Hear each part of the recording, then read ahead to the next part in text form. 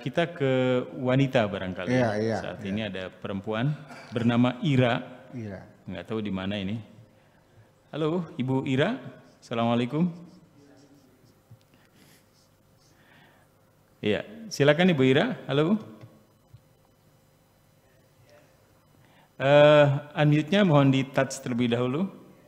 Suaranya belum terdengar. Nah, sekarang mungkin sudah bisa. Ya, silakan Bu Ira. Di mana ini Bu Ira? Assalamualaikum. Waalaikumsalam warahmatullahi. Kedengeran ini? Iya, kedengeran. Iya, jelas. kedengaran. Ini Bu ya, saya dari Lampung ini Bu ya. Silakan. Ingin bertanya Bu ya. Ini apa? Ini saya kan udah bertoreko udah 1 tahun kurang lebihnya. Nah kemudian ini ada pengalaman spiritual yang mungkin yang bisa saya sampaikan ke Buya. Itu ada yang mengatakan kepada saya bahwa zikir saya itu udah sampai tingkatan ruh nih Bu ya.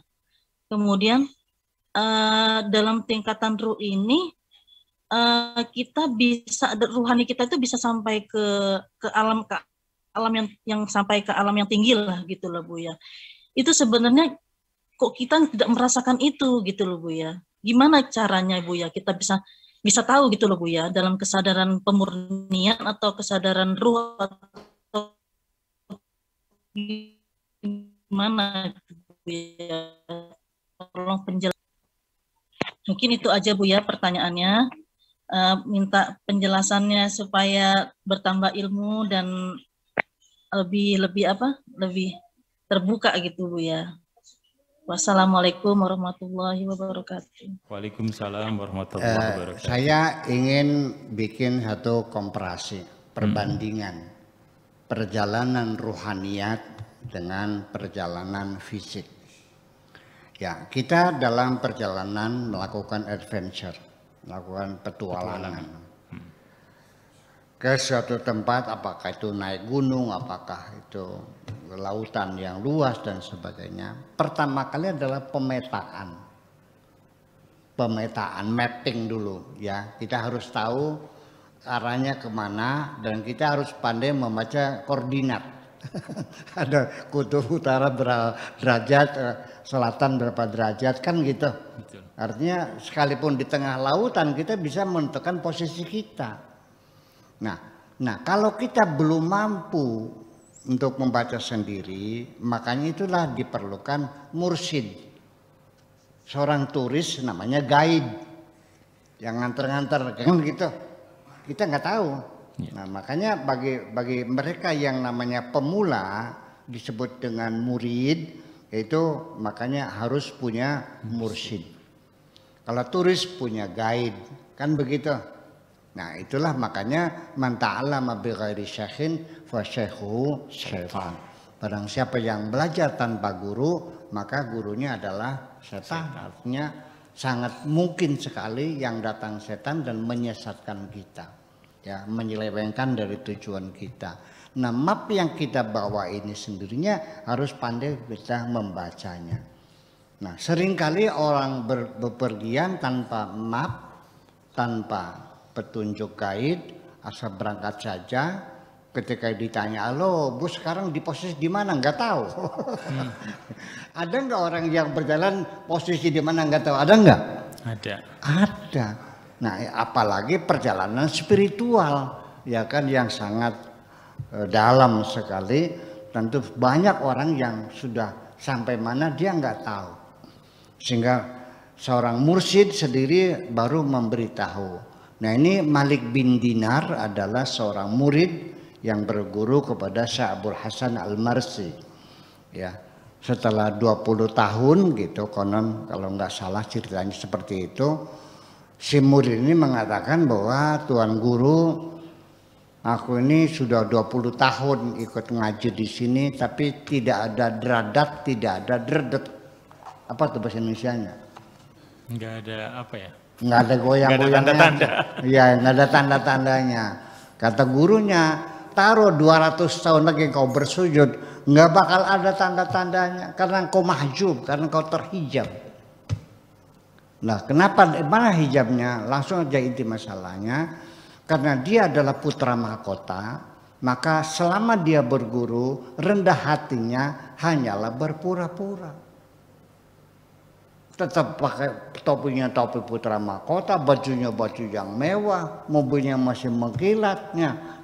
Ya, BMW seri 5. Iya, ya rendah hatinya, pura-pura kok. Di hatinya mah ada rasa bangganya. Iya, siapa aku, ya kan? Mau tetepang aing saha, kan gitu. Seperti itu masih ada. Makanya dia disuruh menghinakan dirinya di pasar seperti orang gila. Nah ini, jadi Ibu Ari sendiri, Ibu Ira, ya sudah sampai di mana? Ya mungkin ketika tidak tahu ya wajar. Nah yang ngasih itu Pak ya gurunya, Tuan Guru, siapa gurunya ditanya Pak Guru, saya sampai di mana?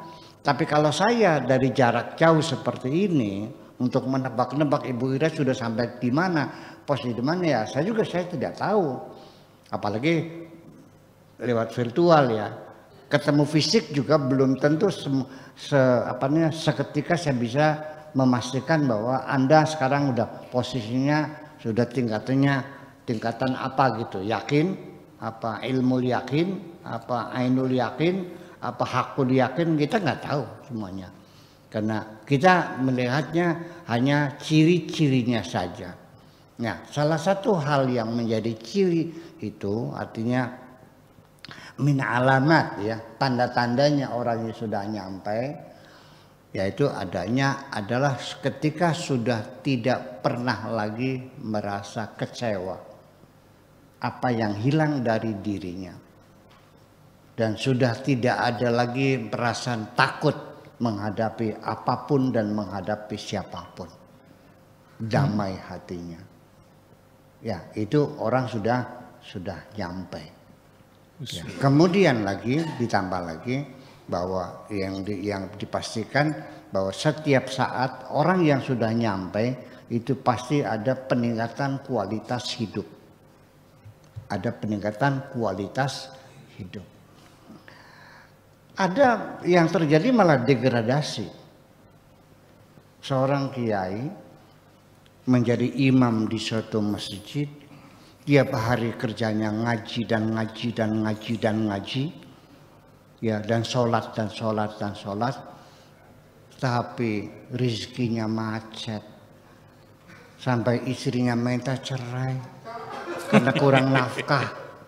Punten, iya kan, anak-anaknya nggak bisa sekolah, sampai jatuh sakit aja berobat nggak tahu dari mana beli obatnya. Saya menduga ini pasti ada kesalahan, dari something wrong, ada kesalahan. Iya, tidak mungkin hamba Allah terlantar seperti itu, mesti ada kesalahan. Mohon maaf dengan segala rendah hati. Cobalah introspeksi, barangkali ada kesalahan. Saya nggak mungkin orang bekerja kepada Allah tidak dibayar. Kerja sama orang Taiwan dibayar nggak? Bayar. Kerja sama pemerintah bayar enggak? Iya. Kerja sama orang Arab? Bayar. Kalau sama Allah bayar enggak? Bayar. Ternyata enggak dibayar. Jangan-jangan kitanya salah kerja Bu Ira, barangkali salah kerja. Nah, coba kita perbaiki. Jadi nanti antara lain ciri-cirinya, tanda-tandanya orang itu nyampe, artinya ya secara fisik kesehatan semakin sempurna, rezekinya tambah lancar, ya kan, temannya juga banyak, suami semakin sayang, anak makin lucu-lucu, iya, di masyarakat juga kita dihormati orang dan dirindukan oleh orang. Karena bagaimanapun aura kita akan membawa kedamaian kepada orang lain. Sehingga orang itu rindu pengen ketemu sama Ibu Ira. Gimana sehat nggak pengen ketemu.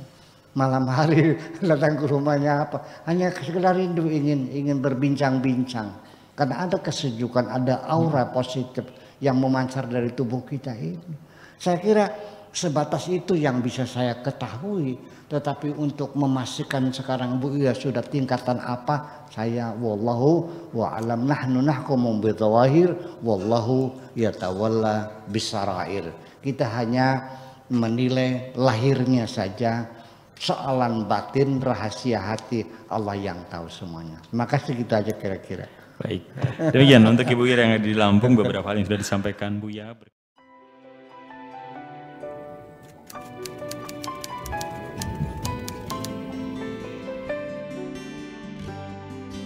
Aku hanya ingin berbagi kebahagiaan dan tidak menggurui siapapun. Terlalu sulit bagiku untuk menyalahkan siapapun. Akan tetapi apabila ada orang yang ingin mengisi raporku, tentu aku sangat gembira sekali. Dan kujamin aku tidak akan sakit hati sedikit.